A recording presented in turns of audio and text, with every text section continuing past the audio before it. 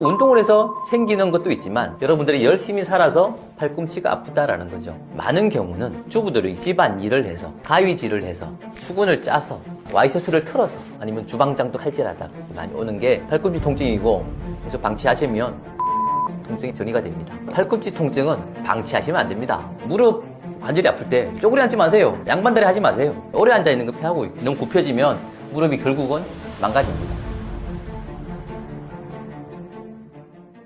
손가락 관절염의 이유는 무엇이고 방치하면 안 되는 이유는 무엇인가요? 많이 아프신 분들은 잠을 못 잡니다. 애려서 못 잔다고 해요. 정말 애려서, 너무 아파서. 이거 어떻게 좀 했으면 좋겠는데, 이 손가락 통증이라는 게 생각보다 뭘 해도 쉽게 낫는 게 아니에요. 우리는 사람이 머리의 뇌지도를 보면 뇌피질 감각 영역에 제일 많이 차지하는 게 손이에요. 손. 그림을 보면 손이 이따만 해요. 그리고 우리는 손으로 다 삽니다. 이 손으로. 사람은. 그러니까 손을 제일 많이 쓰는데, 이 손이 아프면 삶이 참 힘들어요. 환자분들이 뭐 요양보호사가 되든 직업적으로 다른 일을 하든 뭐 가게에서 일을 하시든 미용 일을 하시든, 그런 분들이 와서 손가락이 아프고 붓고 틀어지고 아침이 되면 뻑뻑해서 이게 안 움직여요. 밤에 잘 때도 너무 아프고 눈물 나고 울고 서럽고 그래요. 제가 그분들에게 그런 말을 하죠. 열심히 살아서 그렇습니다. 당신이 열심히 살아서 참 아픈데 지금부터 관리하시죠. 그래요. 정말 그러니까. 그러면 손가락은 열심히 살았는데 아프면 너무 삶의 질이 떨어집니다. 그래서 손가락 관절염, 손가락 통증은 손을 정말 많이 쓰는 분들이 아픈 거예요. 열심히 산 분들이 아픈 거라고. 그래서 제가 그분들에게 또 이렇게 이야기 하잖아요. 우리가 공주는 아니니까, 왕자는 아니니까 아파요. 어쩌겠어요. 관리하면서 잘 살아보자고요. 그러는데 보면 이렇게 미용 일을 하시든 아니면 요양보호사 일 많이 하시든, 애기 엄마, 애를 낳아서 애기 엄마 이렇게 안고 하다 보면 아파요. 그 다음에 애기 엄마의 어머니, 할머니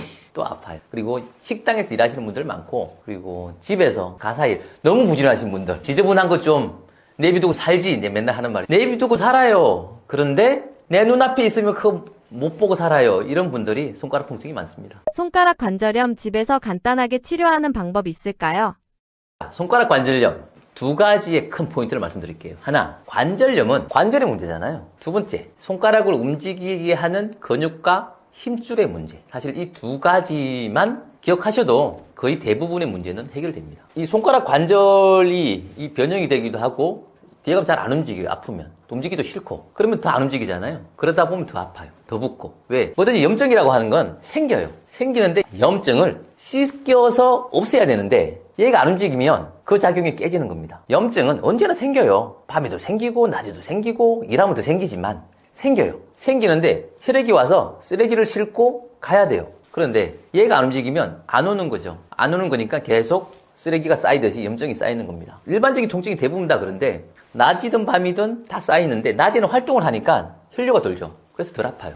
밤에 더 아픈 이유가 염증이 쌓이는데 걔가 청소를 못 시켜요. 쓰레기차가 와서 청소를 해야 되는데 못하니까 더 아픈 거거든요. 손가락이 아프면 안 움직여요. 안 움직이면 더 아프다고요. 그래서 관절을 움직이게, 조금씩 움직이게 하는 방법에 대해서도 제가 저희 유튜브에서도 올려놨지만, 손가락 관절을 움직인다 라고 하는 건 여러분들이 그냥 따라 하시면 돼요. 두 번째 손가락으로 해볼게요. 여기가 붓고 변형이 됐다라고 하시면 얘를 안 움직인다고요. 근데 얘를 좀 움직여줘야 돼요. 이 관절을 좀 넓혀주는 게 좋죠. 이를 잡고 처음에 당기는 거죠. 당겨서 쭉 당겨서 5초 하는 거예요. 이렇게 보여줄까요? 이렇게 잡고 쭉 당겨, 그냥 쭉 당겨서 5초. 둘, 셋, 넷, 다섯. 됐죠? 그 다음에 얘를 한쪽 방향으로 조금씩 늘리는데, 자, 여기를 잡고요. 이거를 꺾으면 다쳐요. 그래서 살짝 빼면서 이런 느낌으로, 그 활시위 아니면 포물 쓰는 느낌으로 이렇게 약간 앞으로 당기면서 이렇게 싹 천천히 해주는 거예요. 둘, 셋, 넷, 다섯. 됐죠?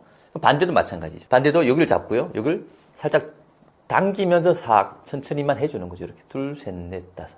그리고 위쪽도 여기를 대고요. 살짝 뒤로 당기면서 살짝 올려서 부드럽게. 근데 통증이 심하게는 하지 말고요. 약간 뻐근하다? 요 정도. 본인 감각이 중요해요. 요거는 본인 감각. 그리고 마지막 하나는 요거를 그냥 꾹 눌러버리면 안 되겠죠? 얘도 이 상태에서 엄지손가락으로 살짝 밀어 들어가는 거예요. 밀어 들어가서 둘, 셋, 넷, 다섯. 요 정도. 이게 관절. 이 관절에 대한 운동이에요. 요거를 천천히 해보시라고요. 훨씬 부드러워집니다. 부드러워지면서 통증이 줄어요. 이게 하나 관절에 대한 부분이고요. 자, 두 번째는 힘줄에 대한 거예요. 힘줄 활주 운동이라고 그러는데요. 손가락은 보시면 모든 이 팔꿈치에서 근육이 쭉 내려와서 힘줄이 돼서 여기를 다 덮습니다. 안쪽도 마찬가지예요. 여기에서 근육이 쭉 내려와서 힘줄로 다 덮어요. 그러니까 나의 손가락의 움직임은 결국은 통증을 일으키는 건 여기 있어 힘줄에 대한 부분인데 건너는 여기이긴 해요. 그래서 치료 뒤에는 운동도 여기를 시키긴 할 건데 여기 힘줄에 대한 부분이 있다고. 그래서 힘줄 활주 운동이 중요해요. 그래서 처음에 근육을 좀 이렇게 늘려줘야 됩니다. 첫 번째는 우리가 손을 언제나 이렇게 꽉 쥐는 게 문제예요. 뭐든지 쥐어서 아픈 거란 말이죠. 열심히 살아서. 그래서 반대로 펴는 게 중요합니다. 펼 때 이 첫 번째 동작은 요 위에 있는 근육군을 타겟으로 해요. 그러면 이걸 다 붙여요. 바닥에 붙는 상태에서 뒤로 살짝 당기는 거죠. 당겨서 40초가 있습니다. 살짝 떨어지죠? 그 정도까지만 있는 겁니다. 40초. 그러면 여기가 살살살살 늘어납니다. 여기가 활성화가 돼요. 여기가 활성화가 돼야 뭐가 없어지느냐? 손끝의 저림이 없어집니다. 어르신들 손끝의 저림으로 저려서 난 못 살아 이래. 또 하나는 손이 뒤틀리는 증상. 그것도 요걸로 없어집니다. 또 하나 손끝이 찌릿찌릿찌릿 뭐 찌르듯이 아프다. 요걸로 없어집니다. 그게 여기 포인트예요. 중요한 포인트예요. 그리고 40초를 하고 난 이후에는 다시 뛰어요. 뛴 상태에서 다시 뒤로 좀 더 와요. 이건 포인트가 손바닥에 있는 힘줄에 대한 포인트예요. 힘줄이 손가락을 결국 통증을 일으키게 한다고 했잖아요. 힘줄이 쭉 잘 늘어나야 힘줄이 들어가는 길에 보면 활차라고 있어요. 터널 같은 구조물이 있어요. 그 사이로 왔다 갔다 한단 말이죠. 근데 얘가 힘줄이 통통하게 부어버리면 다 걸려요. 그럼 염증들이 둘이 마찰이 되니까 염증이 생겨요. 아파요. 결국 그런 것들이 쌓여서 이 환경이 나빠지니까 통증으로 그렇게 나타난다고요. 그래서 이 상태로 해서 처음에 40초를 하는 거예요. 그럼 40초 했죠. 이게 운동하기 전에 처음에 하는 겁니다. 그죠? 그 다음에는 그 두 번째는 아까 이제 본 운동이에요. 본 운동. 손가락에 힘줄이 끝까지 와 있다고 그랬죠. 요거를 다 써야 돼요. 우리가 이렇게 잡잖아요. 이거를 하나하나 꺾어서 분절을 하면 힘줄을 전체를 다 쓰는 거예요. 끝까지 쓸 수 있는 거거든요. 자, 두 번째, 본 운동이죠. 힘줄 활주 운동이라고 그래요. 힘줄을 끝까지 쓸 수 있는 그런 운동이에요. 대충 쓰는 게 아니라. 자, 그럼 각 분절마다 움직이면 됩니다. 따라해 볼게요. 자, 손을 쫙 펴요. 그리고 엄지는 계속 펴 있어야 됩니다. 이 상태에서 끝마디만 딱 이렇게 굽혀요. 보이나요? 이렇게 해서 5초 있는 겁니다. 펴 있어야 돼요. 엄지가. 그래야 이게 여기 느낌이 올 거예요. 자, 이 상태에서 최대한 누른데 그거는 본인이 따라 하십시오. 아프면은 되는 곳까지. 요까지만 되면 요까지만 하는 거지 뭐. 그죠? 요렇게 하는 거고. 더 되면 하고. 본인이 하고 난 이후에 더 아프다라고 하면 덜 하시고. 그건 따라 하십시오. 자, 첫 번째 운동을 했죠? 여기서 두 번째는 꽉 주먹을 쥐는 겁니다. 주먹쥐죠? 요거는 펴 있어야 돼요. 자, 이쯤 되면 여기가 이제 뻐근합니다.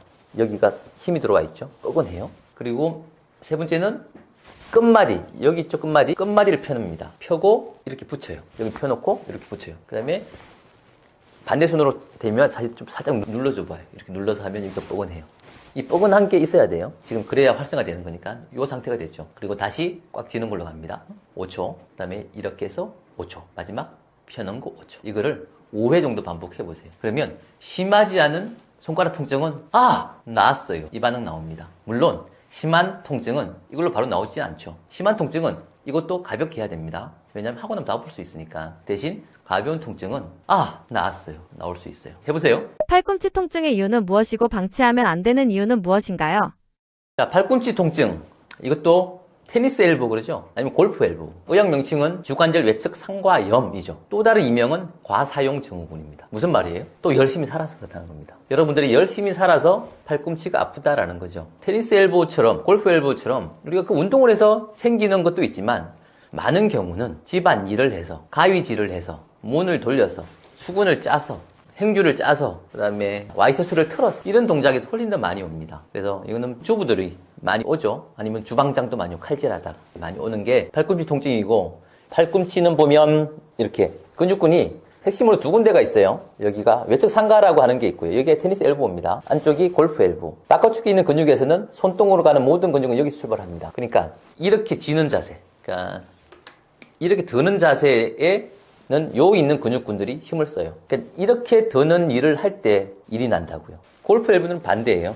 여기에서는 요 안쪽에 있는 근육군들 다 여기서 다 출발을 해요. 이렇게 잡아 당길 때 문제가 되면 여기서 일이 나요. 그래서 가장 많은 게 이 테니스 엘보인데, 왜? 테니스 엘보 근육군들이, 여기 있는 근육군들이 약해요. 많이 쓰지만 약해요. 여기가 강해요. 그래서 여기는 잘 일이 안 터지고요. 많은 경우가 여기서 병이 많이 생기죠. 여기 있는 근육군들이 좀 약하니까 그런데, 테니스 엘보 있는 분들, 팔꿈치 통증이 있는 분들은 냉장고에서 이렇게 뭘 여는다든지, 열어서 물을 꺼낸다든지, 아니면 돌린다든지, 이런 동작에서 일이 나니까 그거를 조심하셔야 되고, 그리고 테니스 엘보를 쉽게 생각하는데 이 생각보다 잘 안 났습니다. 왜? 과사용 종목이라고 그랬잖아요. 많이 써요. 그냥 이 단일 병명으로 보면 쉬운 병입니다. 그런데 우리 생활이 맨날 팔을 쓰는 그러한 동작이에요.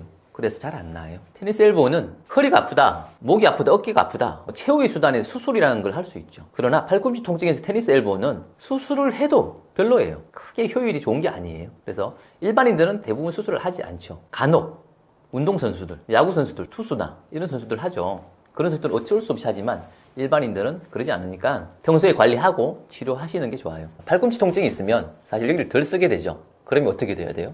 다른 데를 많이 써야 됩니다. 그래서 손목이라든지 어깨라든지 통증으로 전이되기도 하고요. 반대쪽 팔꿈치로도 아프게 되죠. 다른 관절도 비슷한데 무릎도 마찬가지예요. 한쪽 무릎이 아파서 좀 지나고 나면 반대쪽 무릎이 아프죠. 그렇게 되는 경우들이 많아서 팔꿈치 통증은 계속 방치하시면 주변으로 통증이 많이 전이가 됩니다. 그래서 팔꿈치 통증은 방치하시면 안 됩니다. 팔꿈치 통증 집에서 간단하게 치료하는 방법 있을까요?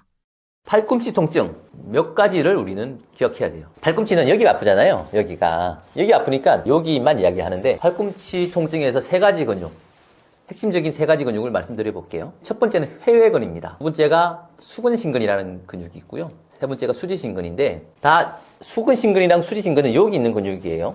회외근은 이 안쪽에 있어요. 여기 어떻게 해야 돼요?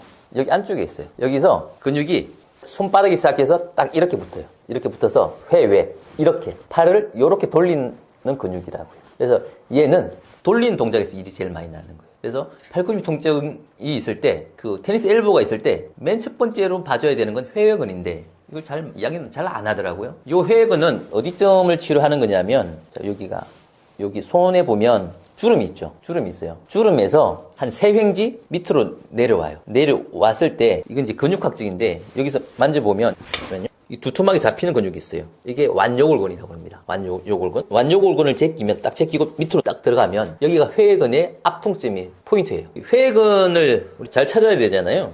찾는 방법은 이렇게 팔꿈치가 있죠. 여기 주름이. 그러다 보면 한가운데서 한 3횡지, 아래점. 여기 한가운데쯤에. 예민하게 찾는 건 여기에 만지면 여기 잡히는 근육이 있어요. 이렇게 이만큼의 완요골근이라고 하는데, 요 근육군 완요골근을 밀어내고요. 여기를 밑으로 꾹 누르면 여기가 회근이 뼈에 붙어 있기 때문에 밑에 있어요. 이거를 잡고 꾹 눌러요.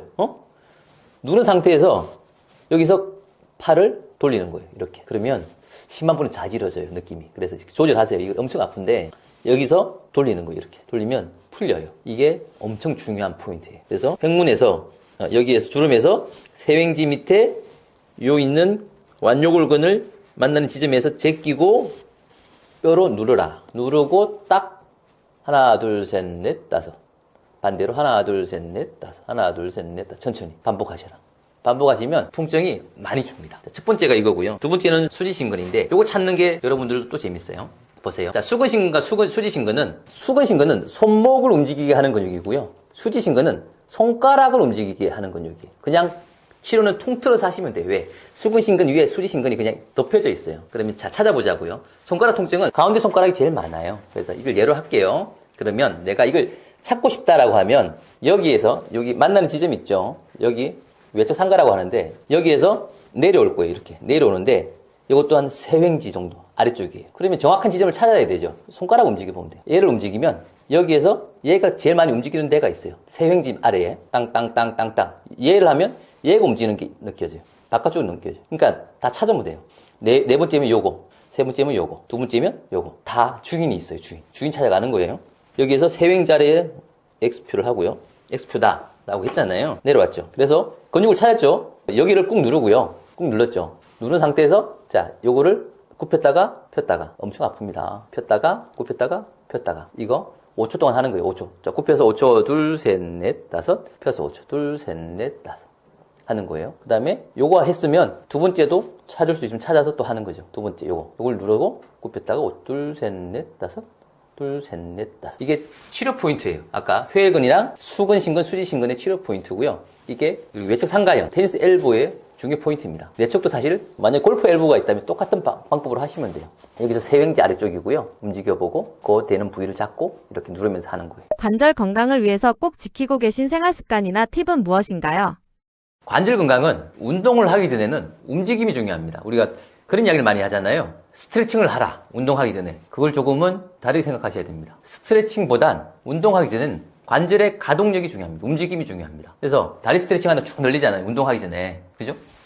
그것보다는 이 관절의 움직임을 먼저 해주는 게 좋아요.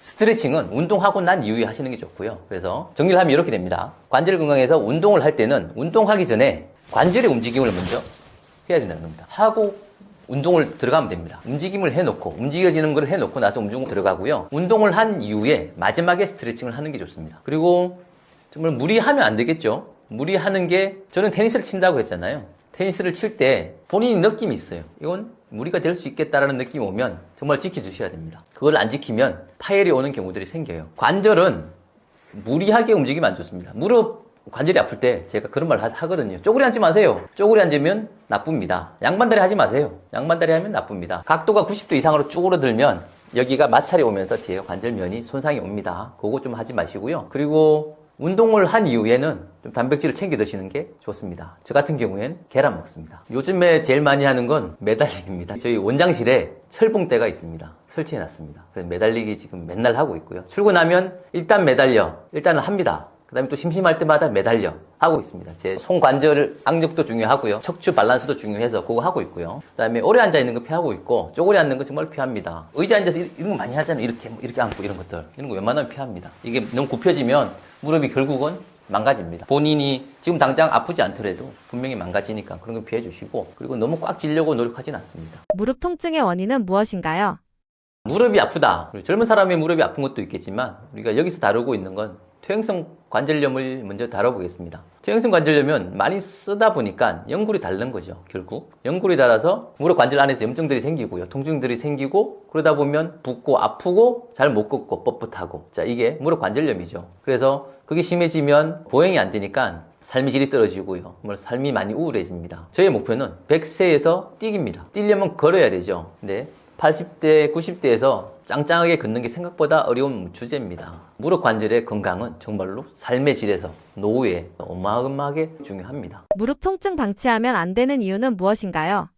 여러분들이 무릎이 아프다 아니면 단인 관절이 아프다라고 할 때 어떠한 한 관절이 아프다라고 할 때 제일 힘든 게 어디 관절 같으세요? 무릎 맞습니다. 허리가 아파도 너무 아프죠. 아프지만 걸을 수는 있습니다. 무릎이 아프면 정말 못 걷습니다. 한 발 한 발이 지옥이기 때문에 계단을 보면 지옥을 느끼죠. 내려가는 것도 힘들고 올라가는 것도 힘들어서 못 걷는다는 건 인간이 활동을 해야 에너지도 쓰고 실제로 순환도 좋아지고 에너지 대사도 되고 노폐물도 방출하고 신진대사도 하고 세포도 다시 살아나고 이 모든 과정이 일어나는데 못 움직이면 그 과정이 다 깨집니다. 그 과정이 깨지는 가장 첫 번째가 저는 무릎이다라고 봅니다. 무릎이 많이 아프면 삶의 질이 많이 떨어집니다. 그래서 결국은 무릎 건강은 단순하게 무릎만의 문제가 아니라 내 전신의 문제고 내 삶의 문제고 내 인생의 문제라고 저는 생각합니다. 무릎 건강을 위해 절대로 하면 안 되는 습관들 무엇이 있을까요?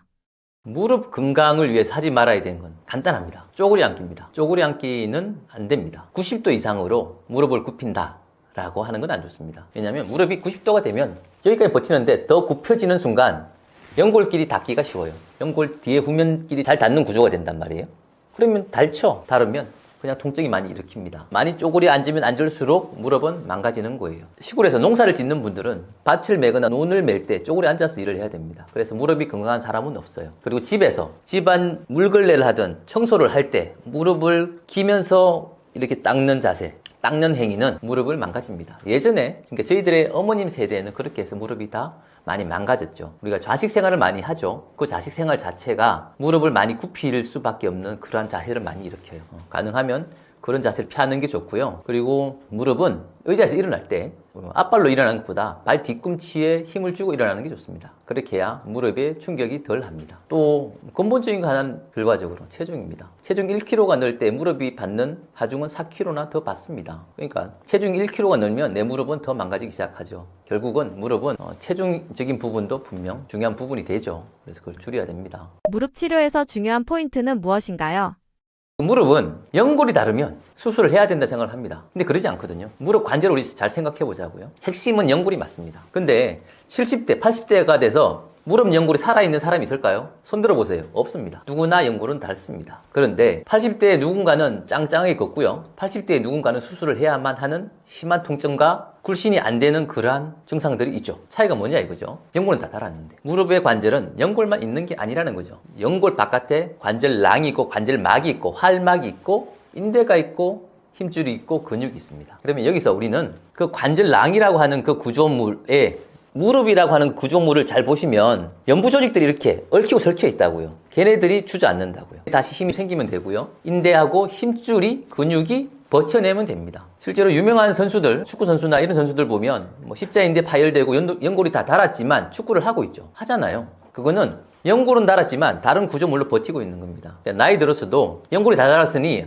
수술해야 되겠구나. 그럴 필요는 없다는 겁니다. 좀 더 노력하시면 지금보다 훨씬 더 통증이 줄고 굴신도 굽혔다가 펴기도 잘 되고 계단도 너무 두렵지 않고 그렇게 살 수 있다는 겁니다. 그래서 지금부터 보여드릴 그 운동들을 따라 하시면 여러분들이 바로 수술을 해야 되는 게 아니라 이 운동을 따라 한 이후에도 그래도 정 안 된다면 고민해 보겠지만 웬만하면 좋아지실 겁니다. 따라해 보세요. 집에서 쉽게 할 수 있는 무릎 건강에 좋은 운동 있을까요?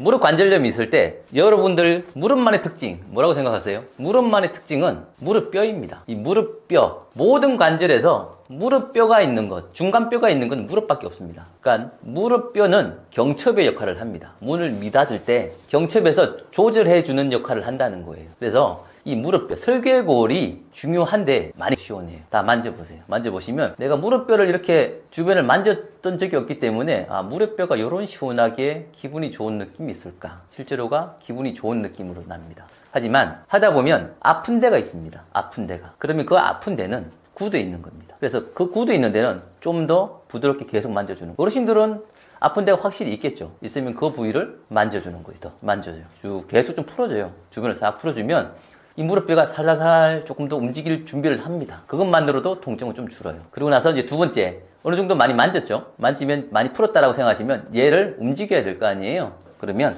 얘를 양손으로 잡고요. 엄지로 살짝 밑으로 밀어서 내리는 거예요. 둘, 셋, 넷, 다섯. 이건 지금 내가 앉아서 보여드리고 있지만 바닥에, 지금은 의자에 앉아서 보여드리고 있지만 바닥에 앉아서 하는 게 더 낫겠죠.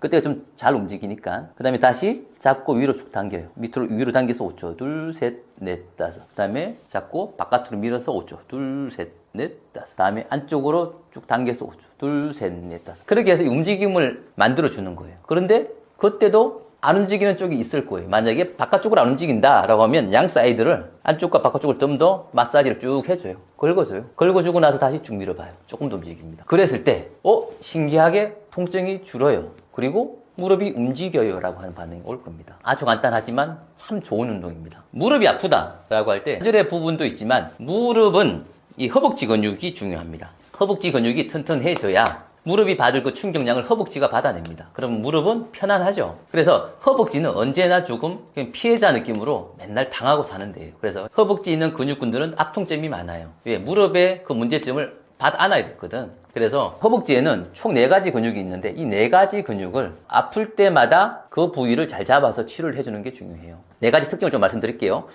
무릎은 가운데에 대퇴직근이라는 게 있고요. 안쪽에 내측 관근이라는 게 있고 바깥에 외측 관근이라는 게 있고 제일 밑에 중간 관근이라는 게 있습니다. 내측 관근이랑 중간 관근은 2가지 역할을 해요. 특히 중간 관근은 무릎이 뻣뻣하다는 건 중간 관근의 역할입니다. 무릎이 뻣뻣해라고 하면 이 심부에 있는 근육을 풀어줘야 됩니다. 내측 관근의 문제는 무릎이 제일 많이 아파라고 할 때 내측 관근의 문제가 제일 많아요. 찾아보자고요. 그리고 무릎이 있으면 여기에서 톡 올라오면 뭔가가 언덕 같은 느낌이 있어요. 다 각자 좀 다른데 뭐 톡 올라오면 약간 둔턱 있고 약간 쏙 들어가는 데들이 있어요. 얘가 치료점이에요. 살짝 무릎 있으면 살짝 올라오면 그냥 이렇게 안쪽에 근데 뭔가 톡 걸렸는데 여기 눌러봤더니 엄청 아파. 그러면 거기에 치료 포인트가 있는 거예요. 거기가 많이 근육이 뭉쳐 있는 거거든. 단축돼 있는 거고.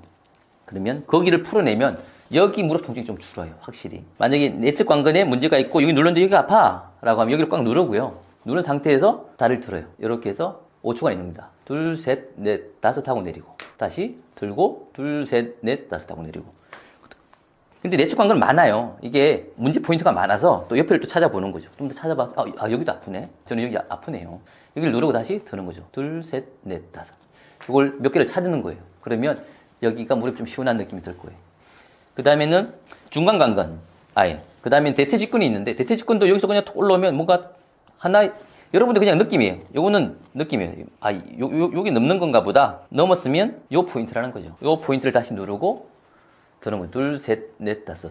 대퇴직근의 특징적인 통증 포인트는 여기, 설계인대, 요 무릎 바로 밑에, 여기가 시큰거리면서 아프다라고 할 땐 대퇴직근이 문제가 있는 경우가 많아요. 설계 통증. 그 다음에 바깥쪽은 외측관건이라고 있어요. 여기도 그냥 톡. 여기도 한 2개 정도, 포인트 한 2개 정도 걸려요. 넘어왔을 때 여기가 꼭 한 포인트가 있는 게 아니에요. 여러분들이 만져봤을 때 여기가 좀 더 아프네라고 하는 그 포인트가 그 중에 포인트니까 이걸 넘어와서 눌렀을 때 아파. 그러면 이 포인트가 맞아요.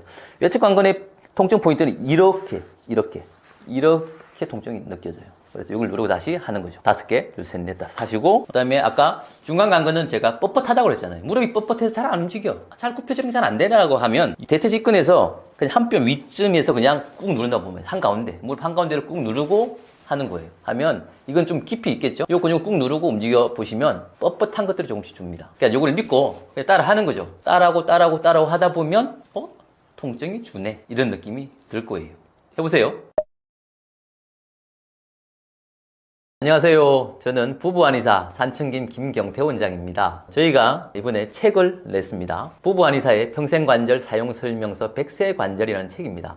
이 책을 낸 목적이 있습니다. 환자분들이 왔을 때 저희는 치료를 하고 그 다음에 더 나은 삶을 원하는데 실제로 치료하고 난 이후에 다시 또 아파지는 경우도 있고 집에서 좀 더 관리했으면 하는데 그 방법을 정확히 모르시는 분도 있고 그래서 예전에는 저희가 유인물을 전해드렸습니다. 근데 제가 유튜브를 촬영하면서 그 필요한 운동법이나 필요한 관리법을 제가 영상에서 실제 보여드리고 했던 그 부분들을 정리해서 책으로 만들었는데요. 이 책을 만든 목적은 우리가 병원에 오기 전에 아니면 병원을 오고 난 이후에도 집에서 내가 어디가 아프다, 어디를 관리하고 싶다라고 할 때 맨 먼저 이 책을 들고 그 페이지를 열어서 그 치료법과 그 운동법을 보면 실제로 효과가 볼 수 있는 그러한 방법들을 구성했습니다. 이 책은 50대 이후 실버 세대가 내 몸을, 내 관절을, 내 건강을 어떻게 지킬 것인가. 실제로 50대 이후부터는 많은 관절들이 아파오기 시작하는데 거기에 대한 치료법은 무엇인가. 그 치료법으로서 나는 100세까지 내 관절로서, 내 무릎으로서, 내 허리로서, 내 어깨로서 튼튼하게 잘 지낼 수 있을 것인가에 대해서